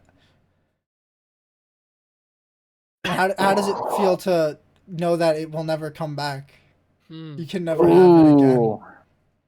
That's a mean Honestly, it one. feels pretty good because I know we're going back and we're not going to miss like 6 years in a row like some dog shit washed up team. I mean, it was 2, but okay. Yeah, but 6 would make you mad. Also, Fudge, I literally know nothing about, so I can't really comment on how good he's going to be. I literally don't know anything about him. I hope he's good. I don't imagine C9 would sign a player if they thought the player was dog shit. That would be a weird move for any team to make. And they signed Nizzy.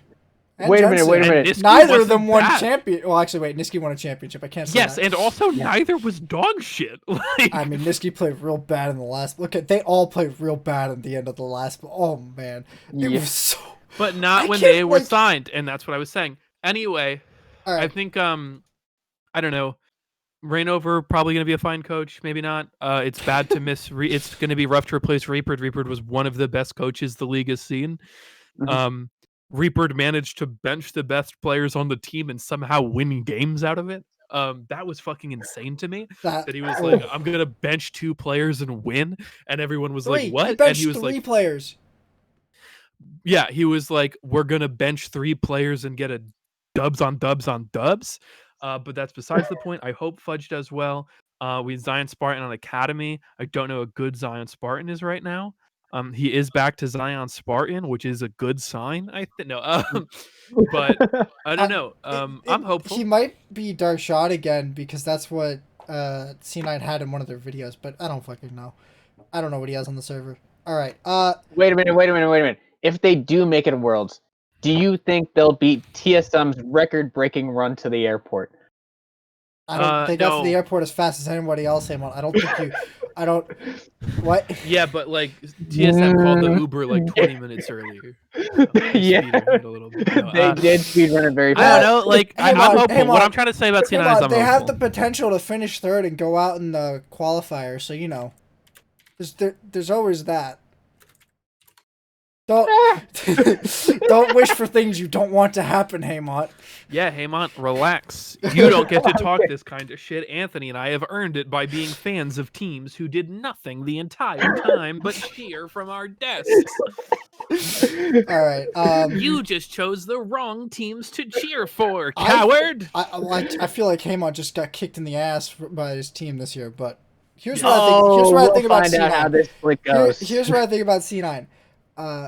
I think Fudge and Blabber are still gigantic fucking question marks. I don't know why Blabber has a starting spot in the LCS. I feel like Blabber is garbage. He is so risky. I feel like he's streaky. I just don't like. I don't. Why are we playing this dude? I don't understand. There are some periods where he'll have like a few weeks where he's bonkers. I think he can only play fucking Kindred. That's it. That's all he's got. Yeah, and when Kindred's crazy, he's crazy. Kindred hasn't been crazy in like a year. Hey, wait, he's got a Gragas. He's got one. Everybody's got a Gragas. You don't have an LCS Gragas. You did not. My Gragas is amazing. Your Gragas isn't an LCS Gragas. I went toe to toe with the fucking jungler for my team on Gragas because he's so fucking ballsy to think that he could beat my team. He tried to gank and I stood there and watched his ass walk in, and then I just E-flash ulted under turret and smoked his ass. Yeah, but you lost to Alana when you were on Gragas. I killed myself and you know it. You did it. You got outplayed. I also have my doubts about Rainover head coach. I was gonna say, don't you ever doubt Reaper. That man proved himself. Oh yeah. Not in the last split, he didn't. But okay, career long though, pretty good. I guarantee you, he's coming back. 100%. This man comes back. Just saying. Oh, I should have put Reaper in there. Who's he coaching now? Nobody. He's going to military service. Him. Oh yeah. Ooh. Okay. Apto? The Korean booster. Dopa? Dopa. No, Dopa. Dopa. I think they're the same person. They are.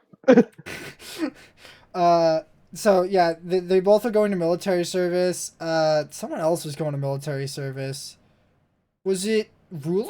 No. I don't remember. I think Crown's going to military service. I think that's actually why he retired. What was it? I remember someone. Oh yeah, Bengi just came out of military service. Did he now? Yay! Coach Yeah. Bangy. Hey TSM, Bang. Coach Bangy. Coach Bangy.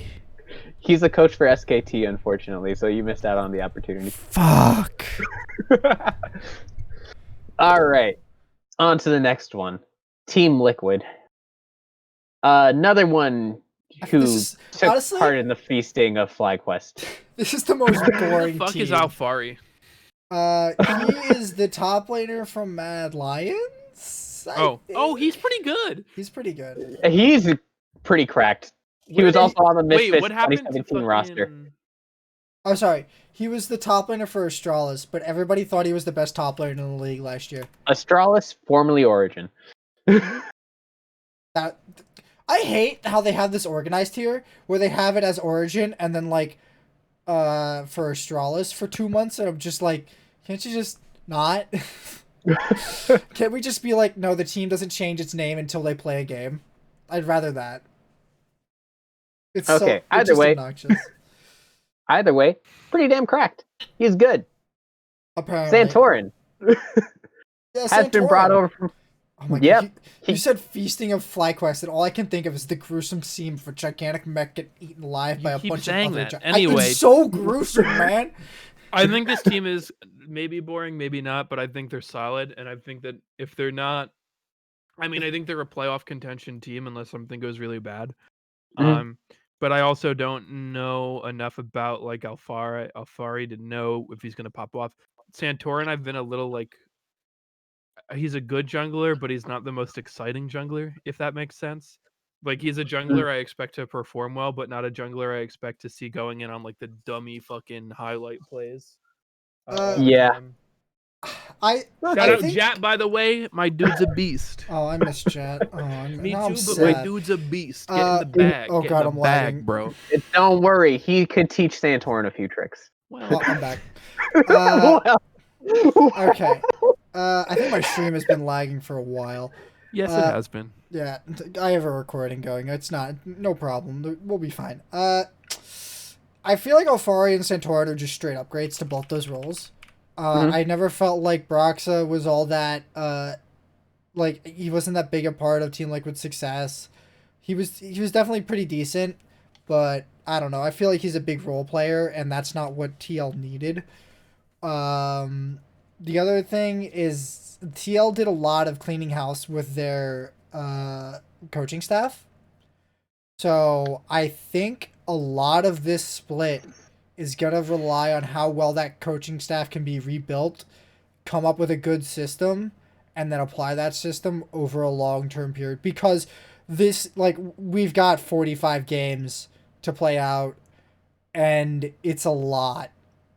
I think in total, it's a triple round robin. It's going to be insane for all these teams to keep their positions for that long. And I'm hoping that one team doesn't just run away with first place in the first split, because that will make it sad. But I think, honestly, coming out the gate, Team Liquid is looking crazy hot. I think them and Cloud9 are looking like really, really big hitters, assuming their teams can come together for all the different reasons that they need to come together individually. Though I think both of them are pretty reliant on coaching staff coming together.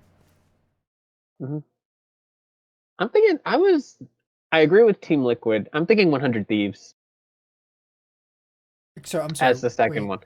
Wait. What do you mean? I'm thinking right off the bat, if we're talking about like right at the beginning of the split at the lock-in tournament, I think Thieves could definitely show up. Especially since they have 4 of the same players coming over from another team and adding Someday as just as an upgrade. I think that's not too hard to work around. I can see that, and I'll use that as a quick segue into the last segment I have listed here, which is what are your top 3 teams to win the lock-in tournament? So, Haymont, you think it's TL, FlyQuest, and who else? I think it's TL. I also think it's 100 Thieves. I'm sorry. Yeah, 100 Thieves. And I'd agree C9. Yeah, T9? I'd agree C9. Okay. Yeah, just out of consistency basis, I would. I shouldn't say that. Did you just right say now. those words? Consistency in Cloud9. Yikes! Ouch! No. Ouch! Ouch! I'm gonna take that back. I'm gonna say Team Liquid, 100 Thieves. I guarantee those. Those I'm happy about. I'm gonna throw out Evil Geniuses. This is my bold take. I'm gonna throw out Evil Geniuses. You think Evil Geniuses are going to finish, or are your top 3 contenders for the title? I think, completely based on speculation, that Evil Geniuses can work with Svenskeren and Ignar and Jizuke well enough that they can scam out a good spot in there. I think so. Well, wait. But that's not an argument for them to win, though. I'm asking you who's going to win. And I'm giving you 3 guesses at who is going to win that tournament. So you're telling me that walking into the room, Evil Geniuses has a 1 in 3 chance to win between them, 100 Thieves, and Team Liquid?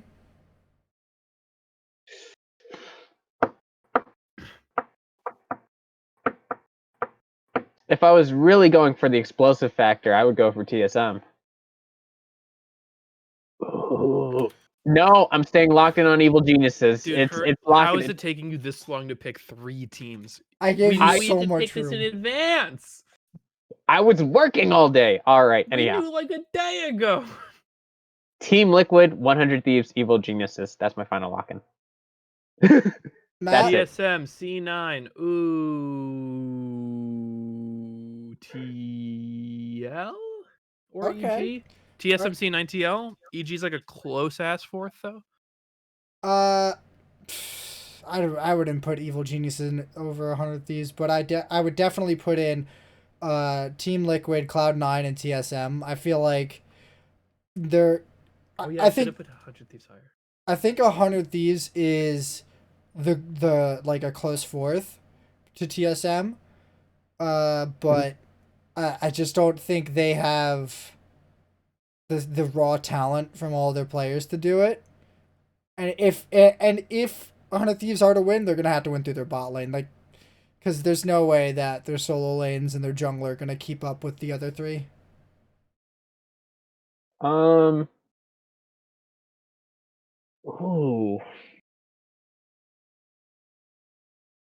Well, hey, man. Huh. That's a good role comparison. If you match it up like Team Liquid versus 100 Thieves. Well, here's the other problem is that I think TSM's weakest spot is possibly their bot lane. I don't know, like it's all on Lost, and hopefully Sword Art's good, but look at TL and look at C9. Their bot lanes are rock solid. They're pretty good performers.